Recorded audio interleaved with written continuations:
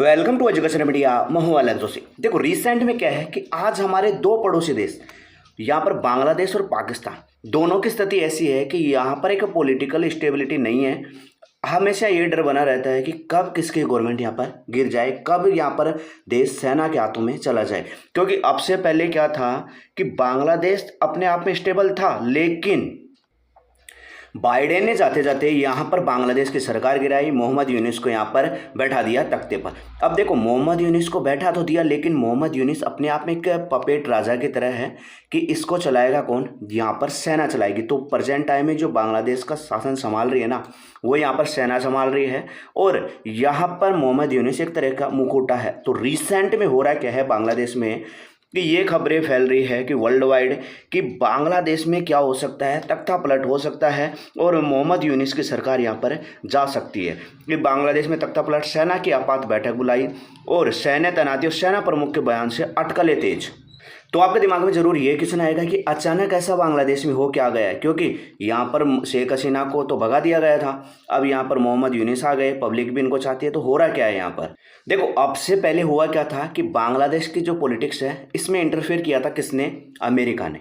अब उसके बाद अब यहाँ पर इंटरफेयर कर रहा है कौन, पाकिस्तान। पाकिस्तान चाहता है कि बांग्लादेश का क्या हो, यहाँ पर इस्लामीकरण, एक इस्लामिक कट्टरपंथी बना दिया जाए बांग्लादेश को और बांग्लादेश क्या करे, पाकिस्तान के सारों पर नाचे। देखो खुद के पास ऐसा कुछ नहीं है, स्टेबिलिटी खुद के पास नहीं है, खाने पीने को खुद के पास कुछ नहीं है, लेकिन वो चाहते हैं कि बांग्लादेश भी क्या हो, यहाँ पर पाकिस्तान के सारों पर चले। क्योंकि पाकिस्तान ने क्या किया था कि जो बांग्लादेश की आर्मी है ना, इसमें भी कुछ कट्टरपंथी, इस्लामिक कट्टरपंथी घुसा दिए और जो प्रेजेंट टाइम में बांग्लादेश की सेना है ना, इसमें भी इन्होंने क्या कर दिया, अंदर विरोध कर दिया। और बांग्लादेश के अंदर कुछ ऐसे कट्टरपंथी एलिमेंट, कुछ ऐसे कट्टरपंथी तत्व यहाँ पर पैदा कर दिए बांग्लादेश में, जो क्या कर रहे हैं, सड़कों पर आकर इस चीज़ का विद्रोह कर रहे हैं कि बांग्लादेश को क्या कर दिया जाए, कट्टरपंथी बना दिया जाए। देखो जो बांग्लादेश की प्रेजेंट टाइम में स्थिति है ना, इसको संभाल रखा है ये बंदा जो बांग्लादेश का आर्मी चीफ है, इनका नाम है फैजुर रहमान।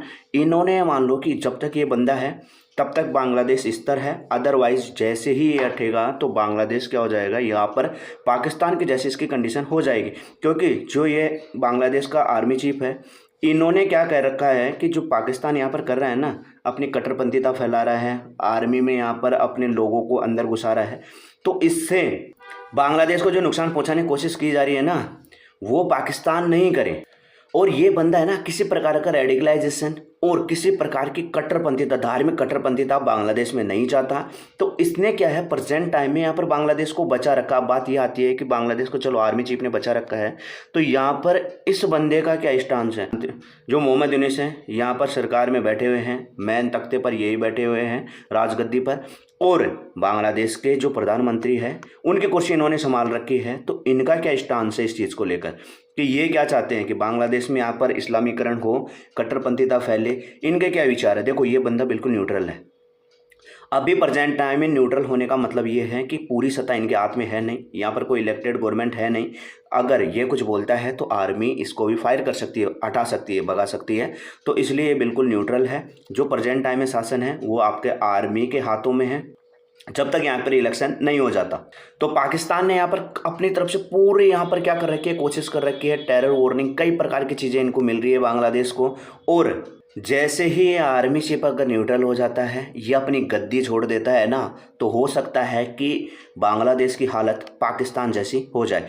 अब इसके बारे में भारत क्या कर रहा है, देखो India was aware of anti Hasina wave but could not interfere से जयशंकर।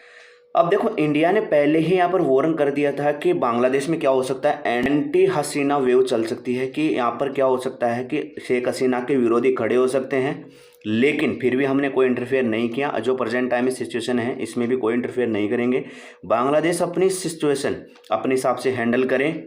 और देखने वाली बात यह है कि मोहम्मद यूनिस किस प्रकार से अब यहाँ पर सत्ता को संभालते हैं और आर्मी चीफ किस तरीके से जो पाकिस्तानी रेडिकलाइजेशन, यहाँ पर कट्टरपंथीता है, इसको यहाँ पर ख़त्म करते हैं। तो जो भी न्यूज़ आती है मैं आप तक लेकर आता रहूँगा। वीडियो अच्छा लगे लाइक करना, चैनल सब्सक्राइब करना। मिलेंगे नेक्स्ट वीडियो में, जब तक के लिए जय हिंद जय भारत।